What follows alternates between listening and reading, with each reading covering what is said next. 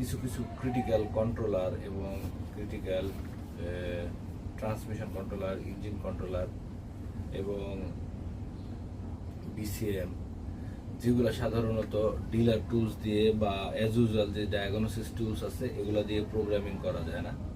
তো সেটা আমরা বুট মোডে মানে হচ্ছে একদম বোর্ড থেকে, প্রসেসর থেকে পিন ঝালাই করে একদম ডাইরেক্ট প্রসেসর থেকে একদম র ডাটা বের করে প্রোগ্রামিং করার চেষ্টা করি এবং আমরা আলহামদুলিল্লাহ অনেক ক্ষেত্রে এটা সাকসেস।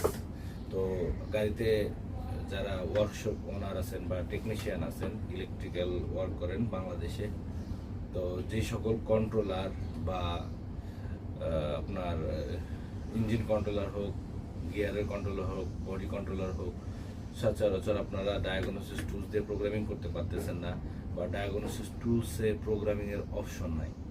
সাধারণত অনেক কিছুতেই ডায়াগনোসিস টুলসে প্রোগ্রামিংয়ের অপশন থাকে না।